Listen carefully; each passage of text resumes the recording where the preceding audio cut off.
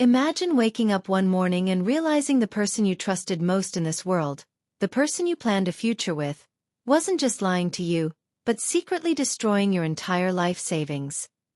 All because of a stranger on the internet. That's exactly what happened to me. But don't worry, this isn't just a story about betrayal.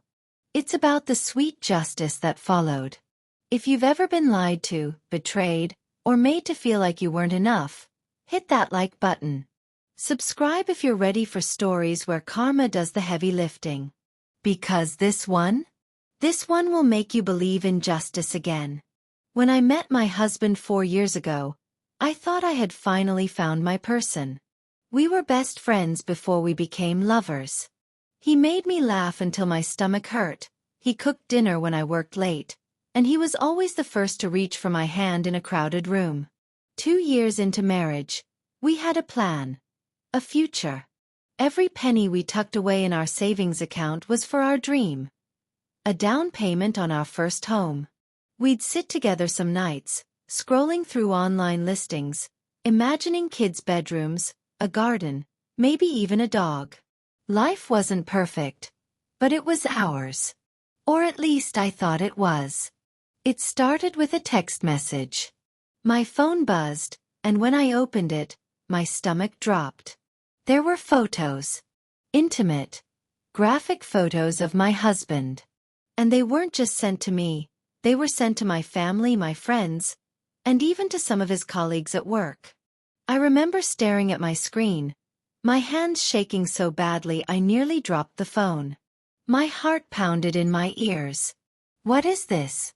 Why would someone do this? When I confronted my husband, he looked pale, almost sick.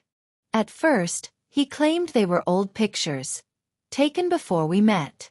But my blood ran cold when I recognized something in the background of the photos. The curtains. The lamp. The couch.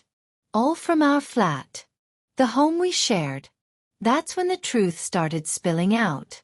He admitted it. He had been on a dating app. He swore he never met anyone in person, but he had been exchanging photos with a woman online. At first, she seemed flirtatious. Then came the threats. The extortion. She demanded money, or she'd release the photos. And he paid her. From our savings. Our entire future gone. He drained over £5,500. Everything we had saved. When the money ran out, she followed through with her threat. And now? Now nearly everyone we knew was whispering about the scandal. My husband. Humiliated. Me. Shattered. Our marriage. Hanging by a thread that I knew I couldn't hold on to anymore. I can't even describe the shame. Imagine walking into your family's home knowing they've seen your partner in the most degrading way possible. Imagine sitting across from your friends, seeing pity in their eyes. But the worst part wasn't just the humiliation. It was the betrayal. He hadn't just betrayed me emotionally. He betrayed me financially. He stole our dream, handed it over to a scammer, and left me with nothing. I remember lying in bed that night, staring at the ceiling, my body numb. My chest felt hollow, my eyes burned from crying, and every thought circled back to the same brutal truth. I can't stay after this. And that's when anger started to replace grief. See, my husband thought he was the victim here. That he was the one people should feel sorry for. But let me be clear, he wasn't the only victim. I was collateral damage in his secret life.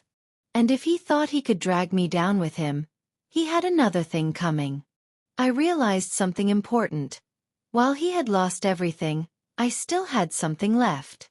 My dignity. My voice. My ability to walk away. And walking away wasn't going to be quiet. Here's what I did. First I called my bank. Since his extortion payments came from our joint account, I had every right to comb through the transactions. I documented everything. Dates. Amounts. Transfers. A clean paper trail of his betrayal. Next, I spoke to a solicitor. Turns out, draining a joint savings account without consent isn't just immoral. It can be legally disastrous in divorce proceedings. Especially when the money wasn't for rent or bills, but for covering up his dirty secrets. Then, I started talking. Not to his family. They already knew. Not to my friends. They already pitied me. No, I talked to his boss. The same boss who had been sent those explicit photos. And I told the full story. Not just that he was extorted, but that he had been sneaking behind my back, lying, and stealing from our shared future. Within a week, he was called into HR. Apparently, when you're caught using company time to flirt on dating apps and secretly transferring thousands out of your savings, employers don't look kindly on that. His career, tarnished. His reputation, shattered. And me? I was already one step ahead, filing for divorce. The day I served him divorce papers, he broke down. He begged. He swore he had learned his lesson. But when I looked into his eyes, all I saw was weakness. A man who had gambled with our future and lost. And for once, I didn't feel pity. I felt free. The same man who had secretly drained my life savings was now left with nothing. No money. No wife. No reputation. And me? I walked away with my dignity intact and the knowledge that I had turned his betrayal into his downfall. That was my revenge. Quiet. Devastating. Final. If there's one thing I've learned, it's this. Betrayal doesn't have to break you. Sometimes, it's the spark that sets you free. Karma doesn't always work on its own. But when you give it a little push, the results can be sweeter than you ever imagined. If this story gave you chills, smash that like button. Share it with someone who needs a reminder that justice always finds its way. And tell me in the comments, what's the most satisfying revenge you've ever seen? Don't forget to subscribe for more stories just like this one. Until next time, stay strong and stay sharp.